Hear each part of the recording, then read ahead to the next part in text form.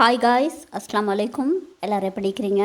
அதாவது price giving மற்றும் award ceremony ஒன்று கிரியேட்டிவ் மீடியா நெட்வொர்க் மற்றும் ஐடிஹெச் தமிழ் மீடியா இணைந்து ஏற்பாடு செய்திருக்கிறாங்க. இது இளம் சாதனையாளர்களுக்கான விருது வழங்கும் விழால நானும் மோட்டிவேஷனல் ஸ்பீக்கர் இளம் சாதனையாளராக தெரிவு செய்யப்பட்டிருக்கிறேன். அல்ஹம்துலில்லாஹ். உண்மையில இந்த தெரிவு மிகவும் சந்தோஷப்படக்கூடியதாக இருக்குது.